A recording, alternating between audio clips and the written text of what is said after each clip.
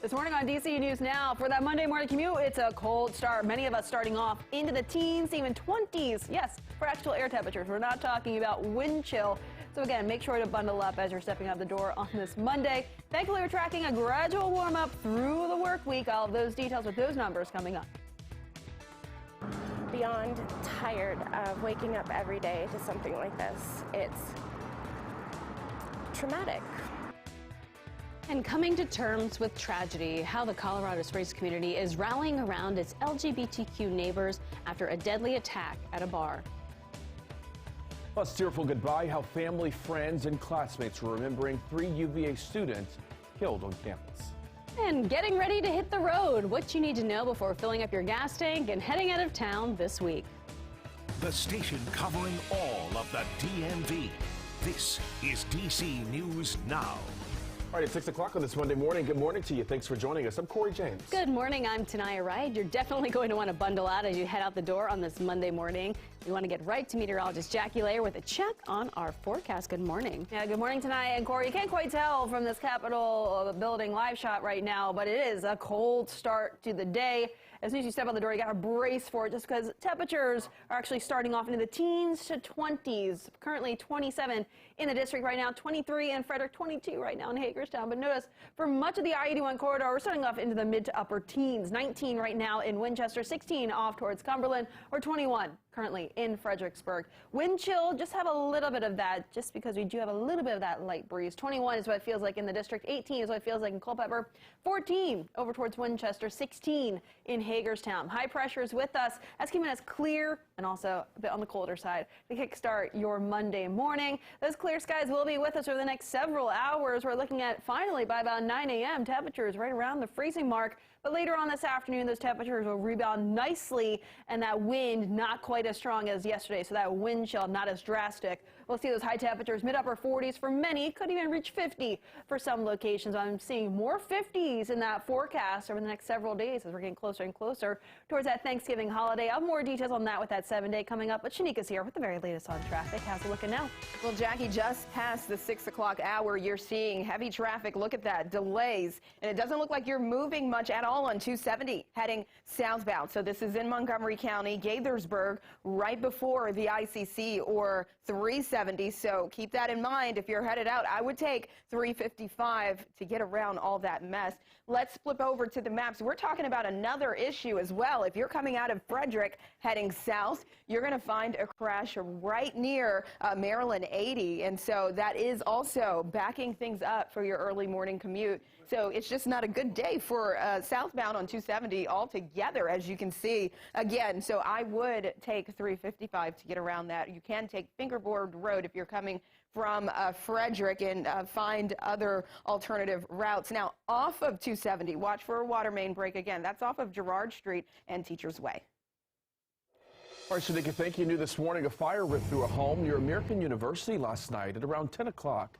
DC Fire says about 60 first responders responded to that call. 3 people were inside, but were safely able to get out. A spokesperson said the house did have functioning fire alarms. The cause is under investigation. And in Montgomery County this morning, crews are working to fix yet another water main break right off Bremerton Way in Gaithersburg. According to police, it closed down part of Girard Street between Fallbrook Street and Teachers Way. Shanika just mentioned this. We are asking people to avoid that area. WSSC says service may be interrupted while they continue to work to fix this issue. And developing now, a woman found shot and killed in Northeast D.C. Detectives say it happened at a Noma Hotel on 1st Street Saturday night at around 10 o'clock. Police tell us they got a call from someone who heard gunshots. The woman has been identified as 18-year-old Akira Wilson. As soon as we learn more about what happened, we, of course, will bring that information right to you. 6:04 is your time right now. This morning, friends and family are coming together to mourn the loss of 5 people who were killed in a shooting at a Colorado bar. It happened at Club Q, a gay bar in Colorado Springs, late Saturday night. Now, last night, community members came together for a vigil to honor the lives of the 5 people who died. Police say someone in that bar was able to take down that gunman and stop him from shooting even more people. Now, at this point, it's not exactly clear if investigators are looking into this as a hate crime. Garrett Royer works with an LGBTQ advocacy group. He says that he has concerns about anti-LGBTQ rhetoric and what this means for the future. We shouldn't have to live in a world where this kind of attack in what many would consider to be a safe space for the community happens against its own members. Now, police have identified that gunman as 22-year-old Anderson Ulrich. He is in custody being treated for injuries. And here at home, dozens came together yesterday for Transgender Day of Remembrance. A vigil took place at Freedom Plaza in D.C. honoring those killed in transphobic attacks. According to the Human Rights Campaign, at least 32 transgender people have been killed this year. That number sat at 50 last year. We just need an inch of acceptance so we can grow and learn and be loved. Now, D.C. police have 4 open homicide investigations involving transgender victims. You can find more information about the cases on our website at dcnewsnow.com. The University of Virginia held a memorial service over the weekend as the community mourned the loss of 3 beloved football players. The service honored Devin Chandler, Deshaun Perry, and Laval Davis Jr., who lost their lives in that shooting last Sunday. Tears flowed through the arena as photos of the 3 men shined on the video board. Campus leaders, coaches, and members of the football team made their way to the podium to share memories of their fallen peers. Now, they stayed true to the message: these men will not be forgotten. Everyone here is forever in your hearts. Lavelle, Devin, and Deshaun. To my 3 young kings, I'm eternally grateful for you. Thank you for being the light to the world. Now, as of right now, it's not clear if the team is going to take part in their final game of the season this weekend.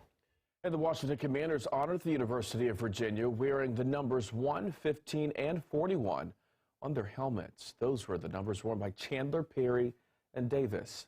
Tight end Logan Thomas and head coach Ron Rivera wore shirts honoring the school as well. And on the field, the Commanders put on a strong showing, beating the Texans 23-13 in Houston. They were led by their defense, which opened the game with a pick 6 from cornerback Kendall Fuller. They limited the Texans to under 150 total yards and tied a season high with 5 sacks. Following the win, Commanders coach Ron Rivera said he is naming Taylor Heinicke the team's starting quarterback. And in a different form of football, today the United States takes on Wales in the World Cup for the first time in 8 years. This means over 100 D.C. bars can stay open for 24 hours, allowing fans to cheer on their team as early as 8 in the morning. D.C. News Now's Katie Ree caught up with soccer fans and local business owners celebrating the added hours. 24 hours a day, 7 days a week. That's how long some D.C. bars can remain open during the World Cup, and fans are ready to cheer on their favorite team. Let's go Ecuador. I just moved to the city. It's all by myself. I didn't want to watch the game at home by myself, and I found this place open at 11 a.m. So I think that's a great opportunity.